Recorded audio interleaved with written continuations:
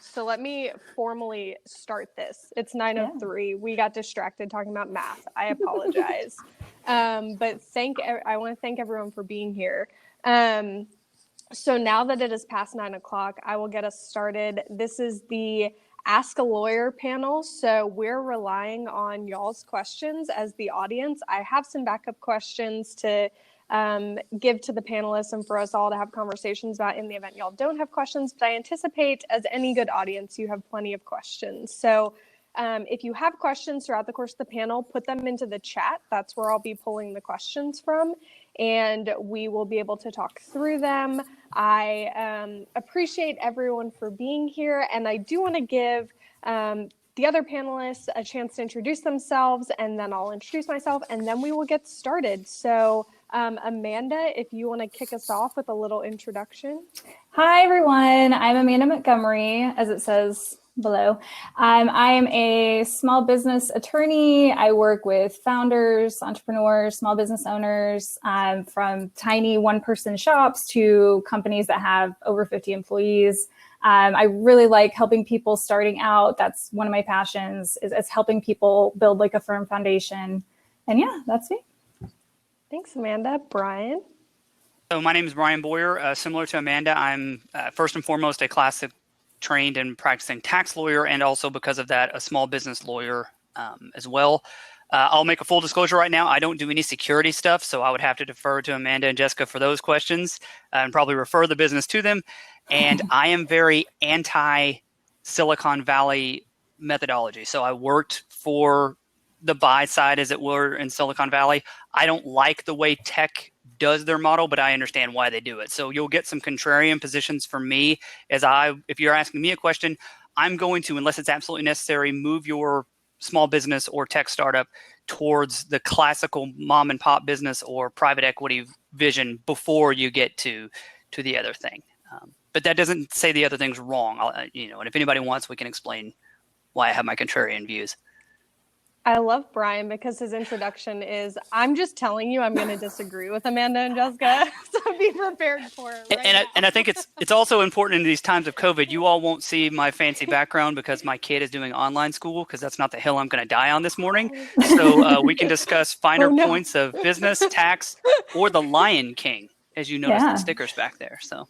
It's okay, as I just remembered, I am in a room that has motion censored lighting, and since I'm not moving around, the lights are going to shut off. You feel like this. So, it's not weird. It's not weird. I apologize for that in advance. Thank you, Amanda and Brian, for being here. My name is Jessica Vittorio. I am a corporate attorney based here in Dallas. I handle corporate transactions, so entity formation, M&A, fundraising, general day-to-day stuff, all of the fun stuff that an in-house counsel would handle, but for outside general counsel who, if companies don't want to hire an in-house counsel. I also handle some government affairs and lobbying. So if you have policy questions, we may be able to field a couple of those, but we also have a legislative update session coming up here in a little bit. So be sure to check that out. If you have rule or law change questions, we may also be able to get to those in our legislative update. Okay, so we have questions pouring in, and I don't want to waste any more time. So I'm going to start at the top because this is one of my favorite questions to answer. And that is it better to file as a company in Delaware or Texas? Who wants to start? I think Brian. Amanda. No, I think Brian said. Brian. So I was pointing to him. So I'll address this one. And again, actually, that was nice because you're going up. But I was going to say, it's like, she pointing to me. That's a very nice trick. Again, I have a little bit contrarian view on this, and I'm really excited about Jim's second question. But Jim, and to everybody else, so here's my thought. What is your business and what is its end goal? Because part of this is convenience. If you're, and this isn't a pejorative term, if you're a mom and pop business and you're going to operate, say, a services business in Texas, just file in Texas. Save yourself the money, because if you file in Delaware, you're going to have to file to do business in Texas and pay an entrance fee effectively into Texas, and then constantly pay an annual fee to Delaware. So the reason Delaware is popular is because for publicly traded companies, Delaware has very special rules to be protective of the directors of these companies. And Delaware has a very special court just for business transactions. It's called the Chancery Court. So they're very sophisticated. That doesn't necessarily transfer well to private businesses, but here's the important thing to understand between Texas and Delaware. If you're going to get private funding from institutional investors, they like Delaware because they like those protections. But here's the trick.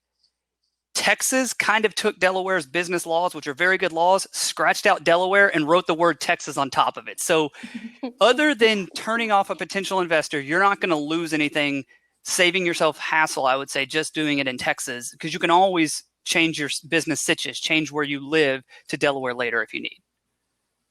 Yeah, I 100% agree with you. I get this myth all the time, and I will say I have family members that formed as Delaware corporations, and I just want to throw my cell phone at them every time I see them, because I'm like, why? It doesn't make any sense. In the vast majority of situations, it doesn't make any sense. And what I generally tell businesses, if you are thinking about fundraising in the long term, I agree that it can be a turnoff for certain types of institutional investors not to see a Delaware corporation.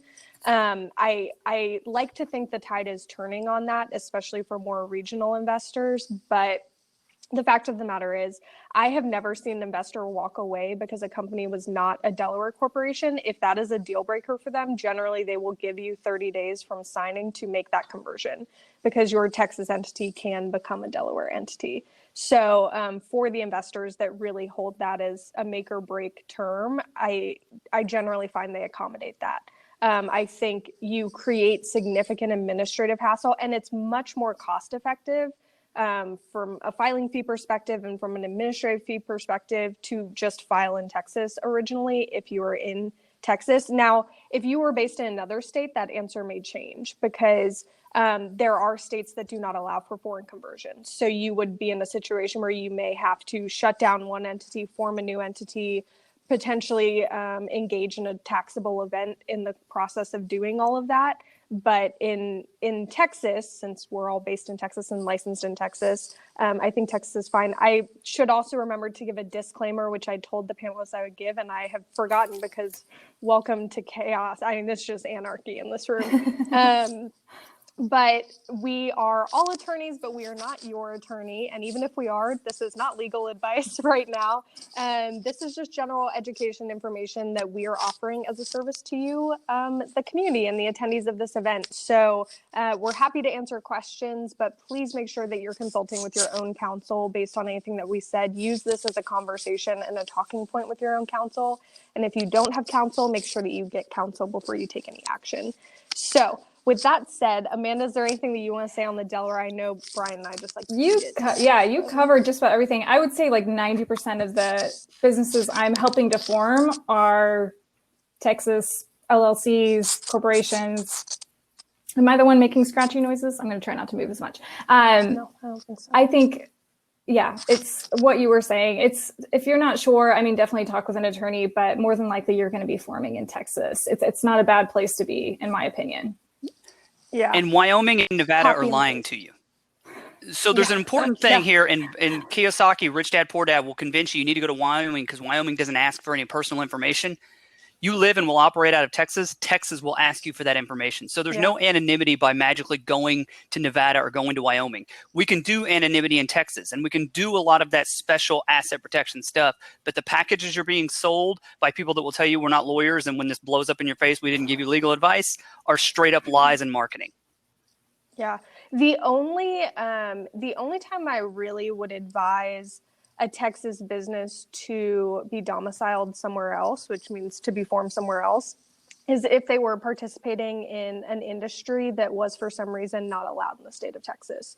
So if you're running some sort of cannabis industry company, if you're running some sort of online gambling or sports betting company, then there may be other states to form that are not Texas, but the Delaware myth has officially been busted.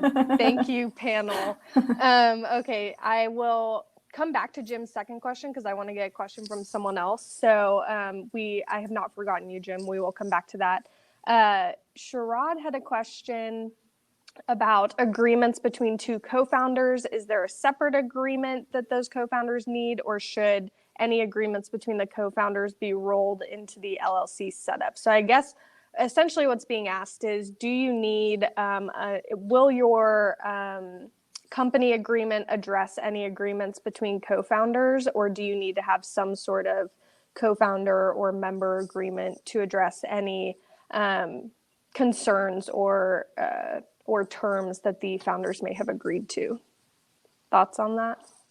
I think that would definitely depend on the situation. I mean, maybe. I'm trying to think off the top of my head. The most classic attorney answer. It depends. Maybe. And I'm done. I mean, I think Brian might have more insight than I do on some of the other agreements that you execute along the way, membership transfer agreements, things like that is something I think off the top of my head. But yeah, Brian.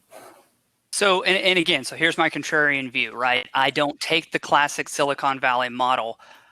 My personal preference, and it's almost 6 of one, half a dozen of another. I mean, you're going to get to the same place no matter what you do. But I always tell people, you don't work with someone else until you form an LLC together, because if you form a partnership on accident, meaning you're intending to work together and share profits and losses, you can be sued personally for what the other guy or gal does, right? So step one is form LLC. When I'm drafting you a company agreement, if you have specifics in there, it's baked into the company agreement, not just for your behalf, but on behalf of any future investors that can roll into the company agreement and see, oh, okay, guy A has these specific responsibilities.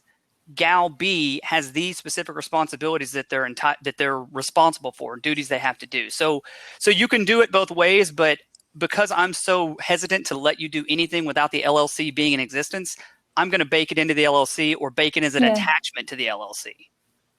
Yeah, I agree with that. I think it depends on kind of what agreements y'all have come to. If you're talking about agreements related to roles, then that's probably easiest to address in something like an employment agreement or a contractor agreement if you're going to be fulfilling some sort of obligation to the company. If you're talking about equity, then maybe the company agreement's an appropriate place to address that.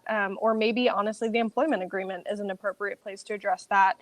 But I think more frequently than not, this is a little Silicon Valley, but as Brian suggested, pre-entity formation, you'll see a founders agreement, which may act similar to an MOU or an LOI. So something to memorialize y'all's understanding of future equity in an entity that may not have been created yet. And intellectual property and can address a whole host of things. But most of the general concerns that I see between co-founders will be addressed in the company agreement or in a logical secondary document like an employment agreement or something along those lines. Okay. I will go back to Jim's last question. Is it better to file as an LLC, an S Corp, or a C Corp? You can't file as an S Corp. I'm glad you asked that, Jim. Anyone that gives you advice that you should create or file an S Corp, run, don't walk from them. So an LLC and a corporation are things, right? They're shields in the state of Texas. But the shield is clear, right? Well, except for a corporation. An LLC has a clear shield to the IRS. So the IRS just says, I see you or you and your co-founders. When you make an S election, that is how your thing is taxed. So an S Corp is not a thing. And even some of these online things like LegalZoom would say, would you like to form an S Corp? You can't really do that. You can only form a corporation, an LLC, and other types of unincorporated entities. You can make an S Corp election, and your LLC can make a C Corp or S Corp election. So I know that's going to be a follow-on question later that I won't address. So as Brian said, what he's saying, that S and C reference is actually a reference to a section in the tax code. So you can't, and I hear the same thing all the time. They're like, I want to file as an S Corp, or we should have been filed as an S Corp. Well, talk to your CPA about that, because that's an election you've made, and I haven't touched that. You just file as a corporation. Amanda, do you have any? I think you thing to pretty add? much covered that. I know when it comes to taxes. I know I'm going to defer to the tax lawyer all day long. And now that I found you, I'm sending people to you because I don't do well with tax questions. I know 30,000 feet. I'm like Form 2553, right? So to piggyback on that, if you're asking me, I'm going to tell you always file for an LLC. And some investors get spooked by that because here's the thing. Institutionals like C Corps because you can do multiple classes of stock. You can do fractional shares, a whole bunch of things. The management is very hierarchical, right? There's a board and C-suite and everything like that. An LLC can literally do everything a corporation can do, but an LLC can do one thing a corporation cannot do, and that's called a charging order protection. So if you, an owner, get sued because you get in a car wreck unrelated to the business, the person who you hit with your car could actually take your small business stock from your corporation and now own your company. And that's going to put your investors out because you don't have any equity interest anymore. So I always advise either form an LLC and make its management and tax work just like a C Corp, or if you have to form a C Corp, you, the individual founder, make your own personal LLC to own your stock to protect yourself, your family, and your investors. But there's, other than your investor saying corp, there's no reason an LLC can't operate just like a corporation. Yeah, we've gotten into a little more entity-specific conversation, which I think is good and helpful because people often are trying to decide between an LLC and a corporation. And to echo some of what Brian said, an LLC can do pretty much everything a corporation can do. I will say from a practical standpoint, I find it a little more challenging to administer long-term, incorporating options and grants that you may be giving to employees in a structure like an LLC than it is in a corporation. I think it's a little cleaner to administer in a corporation. Not that it can't be done in an LLC. I personally find it a little more tedious. But along those same lines, I think if you are someone that has no experience managing an entity, the rules regarding managing a corporation and running a corporation are significantly more stringent than an LLC. An LLC has the flexibility to operate much more organically than a corporation does. And if you think about it, the purpose for that is because a corporation is meant to protect the rights and interests of shareholders who do not have a day-to-day interaction with the company. So that hierarchy and that formality is what provides kind of that security and that protection to the shareholders that aren't involved in the company. So use that maybe as a gauge for what entity type is best. But yeah, the tax flexibility and the organic structural options of an LLC, I think, make them much more natural organizations to run, especially for early stage or new entrepreneurs. Any other thoughts on entities generally, since we kind of pivoted? Yeah, I 100% agree. I call them designer entities. You can make them as complex LLCs. You can make them as complex as you want, or it can be completely basic because it's you're a sole member LLC. I'm stealing that term, Amanda. That is fantastic. Did you already trademark it? I know, I should. It's descriptive. Charge him a licensing fee at least, Amanda. I'll draft it up today. Every time you say it, he has to give you $1. Yes, designer. We're going to be following. You have to use jazz hands when you say it. That's the license for use jazz hands every time he says it. Exactly. Okay. Raj asked, I have a few consultants working with me. We don't have any agreements as of yet. What should I be thinking of from legal considerations point of view? I have very strong thoughts on this, but I will open it up to the floor. I'm waiting to hear, Jessica. I think you need to consider non-disclosure, non-use, if that's going to factor in. Most people need that kind of language. If they're having access to your proprietary information, you don't want to give them the keys to the kingdom. You want to have some sort of restriction for when they're no longer with you. You don't want a pop-up company that's operating exactly as yours did, targeting the same customer list, the same clients. Obviously, we have Defense Against Trade Secrets Act, but we want to have, I think, more robust protection, especially if you're doing something entirely new. People just don't have access to that kind of information. So you want to protect it as much as possible. Yeah. And to piggyback on what Amanda said, I would first ask the question, are you intending these to be independent consultants or employees? Because everything Amanda's mentioning should be either in the employment agreement or the independent contractor agreement. And I would caution you, Raj, you're going to very quickly trip up thinking you can file them as a 1099, but they're actually going to be a W-2 employee per Texas law and IRS law. And I can tell you, Texas will come get you faster than the IRS will. And when Texas gets you, they'll tell the IRS they got you. And then the IRS will show up and say, oh, now that Texas did the legwork, you also owe us. So the big thing is that at a global view, you need to make sure that you need to figure out if you intend these people to be your employee or independent contractor, and make sure that you set up boundaries that you don't make them an employee, even though you didn't want them to be. Yeah, I think both of those are really good points. And here's the value of a panel is those are not the first things that came to my mind, but they're certainly really important things to keep in mind. And the first thing that comes to my mind when you tell me you don't have an agreement is intellectual property. And what have these people been creating for you that you now do not own? Just because someone has been doing work, even if you've been paying them, if you don't have an explicit agreement transferring any of those rights or those interests to you as the entity or as the owner, then you, for all intents and purposes, don't have rights to that intellectual property. And that can cause a very big problem in the long term of the business. Because while y'all have a good relationship now, the Debbie Downer attorney in me says you have to assume that you won't always have a good relationship. 1,000,001 things can happen, and you don't want to wait until the moment that relationship starts to deteriorate to attempt to negotiate an IP transfer or an IP assignment.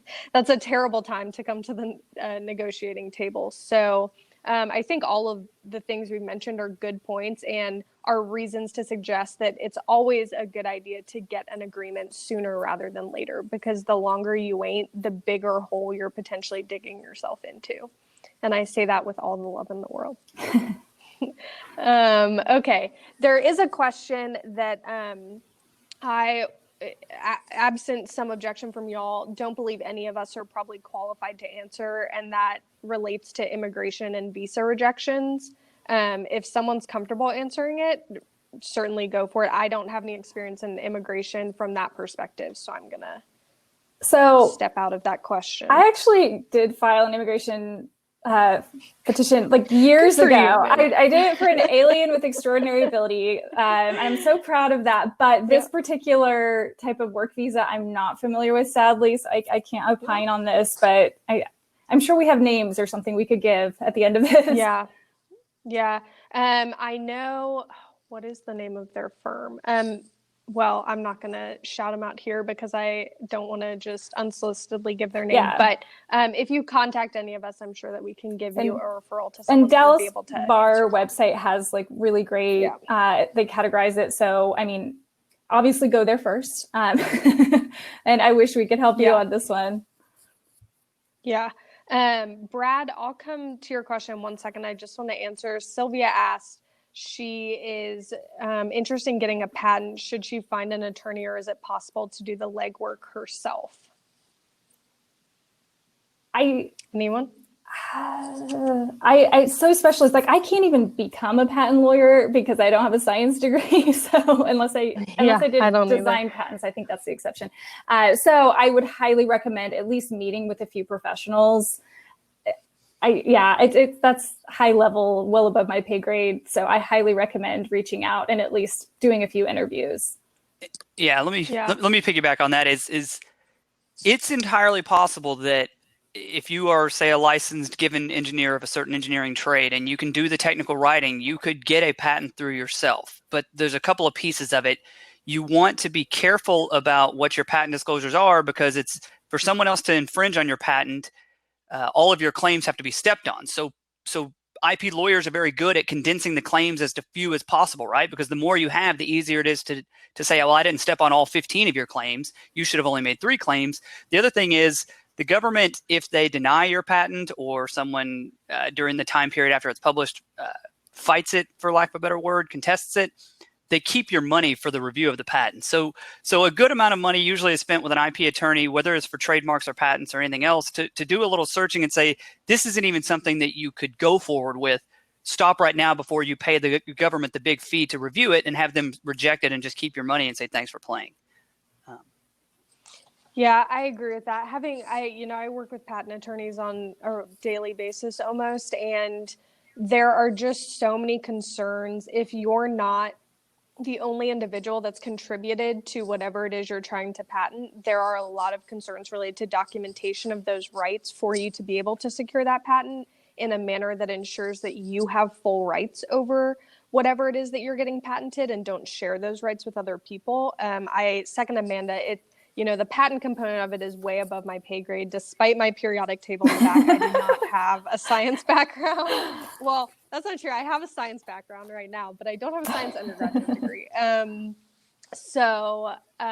would talk to a patent attorney. And to be clear, there are plenty of patent attorneys, and lots of the patent attorneys I know will do an initial consultation that just tells you, do you even have something that's potentially patentable? If you do, here's some things you want to keep in mind regarding disclosures and documentation that you should have gotten. And, they can help provide at least some guidance and advice, even if you're not 100% sure that you want to spend the money to get a patent right now. So I certainly think spending the money on a consultation with one of those individuals is money well spent for sure, because patents are much like taxes or one of those things, you can't really walk back. Once you've crossed a threshold and you've made a disclosure publicly or otherwise, you're kind of SOL in a lot of situations. So better to err on the side of caution.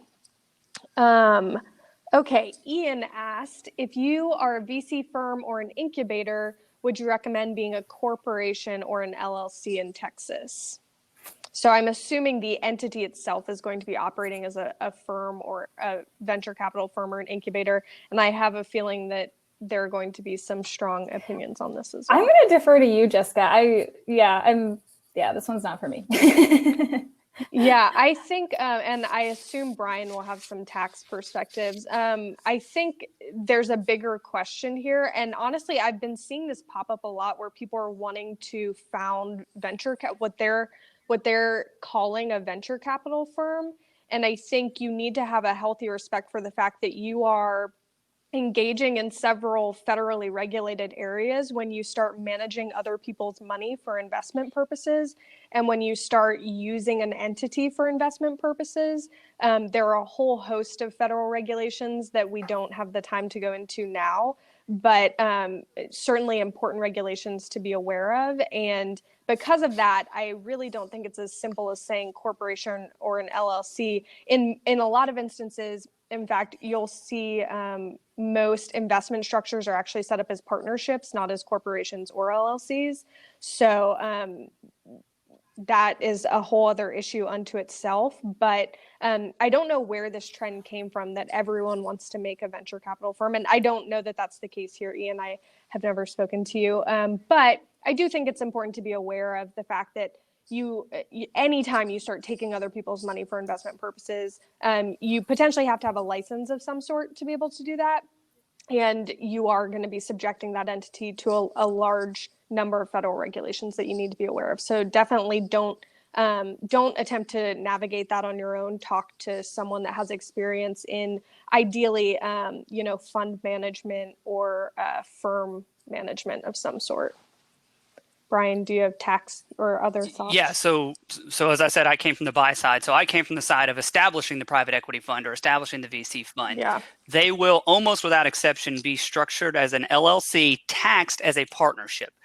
You, the portfolio company that the fund is investing in, wants you to be a C Corp because there's follow-on rounds of funding and everything. The fund that's just a pool of money, and it usually works like this. There's fund one. You get all the wealthy people together and drop their money in, and fund one has sort of micro funds underneath it that manage portfolios. So we've got a hospital venture, we've got a tech startup venture, we've got a, whatever category of industry they're interested in. Then you have portfolio companies. Your portfolio companies are probably C Corps for tax purposes, but the fund is a partnership, and the fund may have blockers if it has tax-exempt institutionals. A lot of pension funds for universities actually participate in venture capital funding and private equity in the fund level. But as Jessica said, you're getting into unregistered securities exemption laws. You're getting into registered investment advisor. You are actually then becoming a fund manager. It's a lot different than being in a portfolio. So just because you have money and capital to deploy and you want to get your friends together to do it, do not pull that trigger without a competent attorney, because I tell people there are money problems and handcuff problems. This is one that uniquely can get you into both money and handcuff problems. Yeah, definitely. Anytime you start messing with investment or securities regulations, the SEC has a lot of resources. There are two entities I don't like to mess with, the IRS and the SEC. I stay away from, I don't like to piss either of those entities off as a general And I would rule. just suggest, as Jessica said, these entities are almost always going to be taxed as partnerships, which means it's an LLC with multiple members. They may have an entity invest that's a corporation that basically launders money for a tax exempt, but you would have to disclose that in your documents up front before anybody parks their money, and you probably would be sued because you're tax disadvantaged if it was a corporation. Because effectively you'd be throwing the investor's money away to the IRS that you didn't have to do. Yeah. So there are a couple more entity questions that I'll come back to if we have time. I appreciate those. We've just spent a lot of time talking about entities, so I want to kind of move away from that question if we can. Megan asked about common ways to distribute equity early on. I also get this question a lot, especially as it relates to common vesting terms and equity distribution terms. So do y'all have any thoughts on that? And then I'll circle back to myself at the end. I'm deferring to you on this one. I want to hear it. I'm going to defer to Jessica.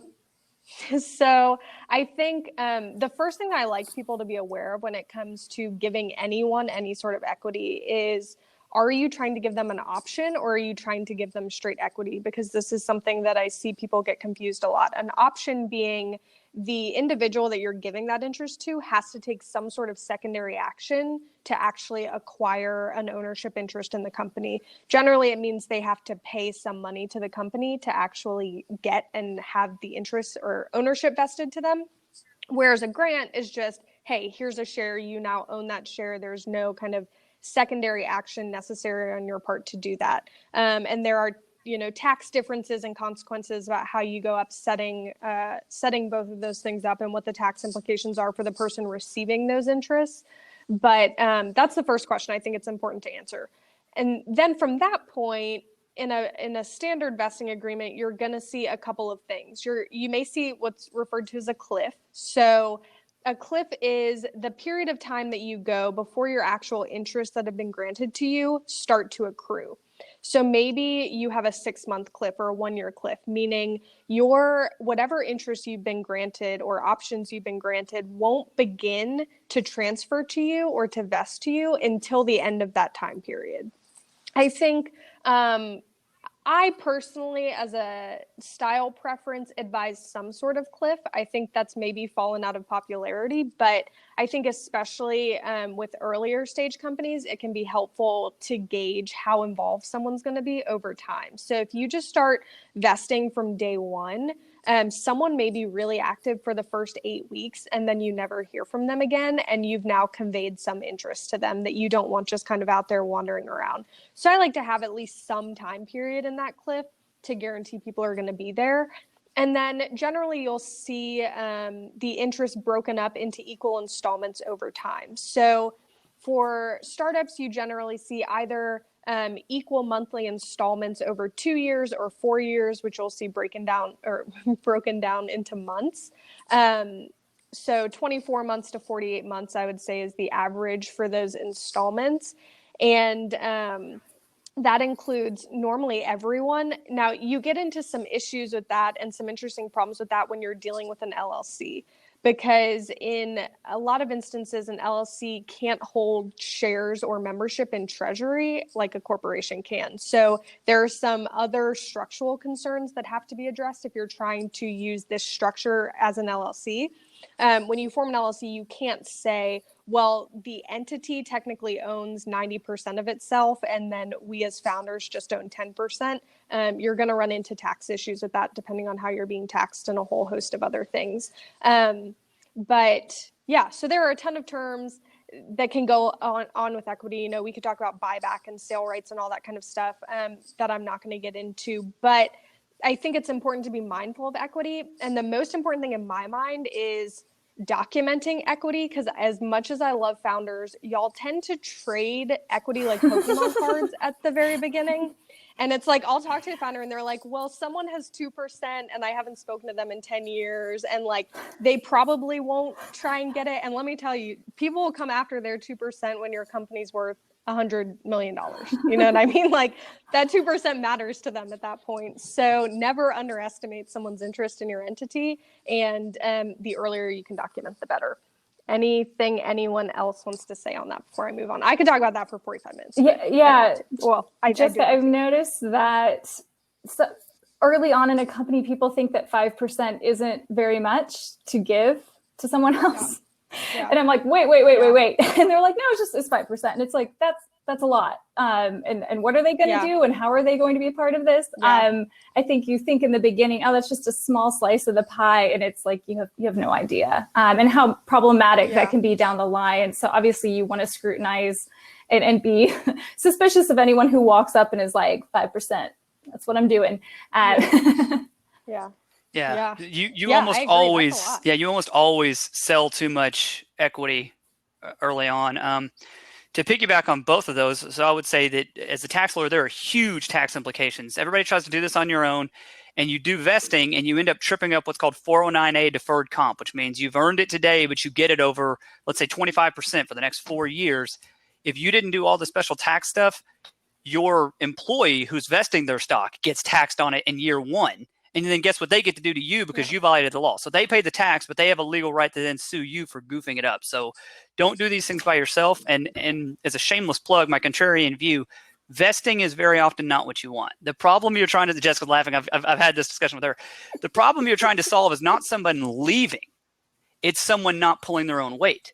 So if you let them vest over 24 months, they have every incentive in 25 months to not do anything because they own the stock now, right? What you want is something like a performance metric with an automatic clawback or a buyback, like Jessica said, right? Like if your problem is, I don't think you're going to pull your own weight, vesting is not how you cure it. Vesting will cure, I don't want you to leave too early, but I don't care if you leave after you're fully vested. So just bear that in mind if you're giving this to a key employee and you're like, look, I need you day to day doing your thing. Otherwise the business fails.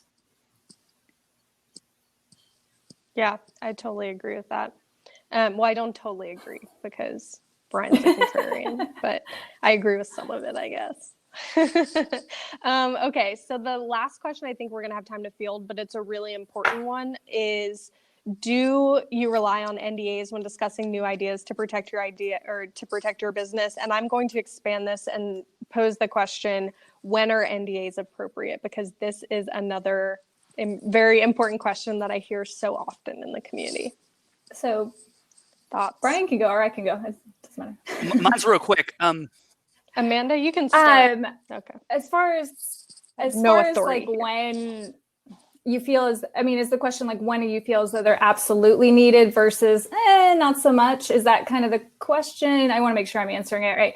I mean, yeah. I think when you're obviously talking with another company about merging, getting bought, obviously those conversations get into some details and private information that an NDA, obviously it needs to be drafted to cover. If you're about to bring on an executive and you think that interview is going to cover new things that you're rolling out, fiscal information, other things that have gone down with the company that you do not want that person to go and be able to talk about anywhere else, in Silicon Valley or where else, you want that NDA. I think if you've got a small contractor who's not going to be digging into your server, is not going to be in your place of work, is not going to be really getting into proprietary information, an NDA in that case is not quite essential. It's really going to depend on what they're going to do for you. So that's my take on it. Yeah, and I will clarify, Sylvia, I recognize her NDA question was specifically related to the patent. I'm going to expand. That was on me. I'm expanding the question to cover just NDAs in general, because I think this is a topic that we see a lot in the community. So I pretty much agree with Amanda. So I view NDAs two ways. There's like the let's introduce ourselves NDA, and we may do something in the future. And the thing we do in the future will have different NDA terms, like whatever that contract is. But here's where I would say stop. Most investors will laugh you out of town when you show them your NDA. They'll be like, take off, I'll take my money and I'm leaving. And number two, just like Amanda said, don't give it to every rinky-dink service provider you have, because look, your idea is hard to execute. If it was, nobody would be investing with you and you wouldn't be doing it. I'm not going to steal, even if I weren't a lawyer, I'm not going to steal your idea because I have no motivation to get up at 3 a.m. and do it. If it was that, because I promise you it's not easy. If it was easy, you wouldn't be hiring me to help you with it, right? So only if you're giving the real secret sauce to somebody who could take that secret sauce and do something with it. But if you're hiring somebody with that secret sauce, you're probably doing a contractor agreement, and it's probably going to be covered in there. But I am very anti, every time I meet you, I hand you my NDA before we shake hands. That's a problem. Yeah, I totally agree. I think the community has created the perception that you need to sign an NDA for everything. And I think that hurts founders more often than it helps them, because like Brian said, I see investors or, accelerators or whatever it is run from deals every day because, you won't even share kind of the premise or purpose of your company without that's getting classified them to sign an NDA, and they're just not going to do it. Yeah. And I get it. I feel bad because I think I posted about this a few weeks ago. My only exception to my general rule that I think general NDAs are more appropriate for later stage conversations if you're discussing a potential business dealing. My only exception to that is if you were dealing with a large competitor, like Brian suggested, that has the resources to be able to execute that idea quickly, because there is unfortunately a bad history of major players in the market bringing in entrepreneurs under the guise of potentially investing in them. And then next thing you know, they say, oh, they produce that functionality 3 months later and they say they had been working on it the entire time. So I do think that there's a bad trend of that with those types of companies. Before my clients have a conversation with them, I want an NDA signed because I don't trust them in that situation. They have the resources and the ability to execute quickly. But, in most other situations, if you're giving general information, you shouldn't be giving the secret sauce to a bunch of people that you're talking to anyway. So if you're doing that, don't do that. Stop doing that. That could hurt your patentability or other intellectual property rights. So, okay. Any last minute, we're in our last minute or two of the panel. This has been extremely helpful, but I want to give y'all a chance to say, if you had one piece of advice that you could give to founders from the legal perspective, what would it be? And I know I am asking you this kind of on a whim. They did not prepare for this. So your spontaneous thoughts about the one piece of advice you would give to founders. And I will start with Brian. An ounce of prevention is worth more than a pound of cure. It is cheaper to pay us up front to keep you from making a mistake than it is to pay us to help you clean up your mistake. That's a good one. I like it. Short and sweet. So mine is, there are a lot of things with your business that you will feel comfortable as far as DIY. Things that are legal related are typically not going to be that. And I want these new founders to be confident. But I believe when you're wading into waters that have legal consequences, it is 100% worth a phone call to an attorney. It's worth a consultation. It's worth, retaining someone, because this is the future of your company. And so, I'm back and forth on what you can DIY, but most legal things beyond just, I got on the Secretary of State's website and learned a few things. I would really advise talking to an attorney. It doesn't have to be me. It could be Brian. It could be Jessica. Just please talk to an attorney. But no other. It can only be us. It can only be the three of us. Just kidding. Well, thank you so much. I completely agree with everything y'all have said. I think that is the best advice. Find someone you trust, find someone you can build a relationship with over time. We are so lucky in the DFW area to honestly have really a plethora of qualified startup and small business attorneys and business attorneys in general.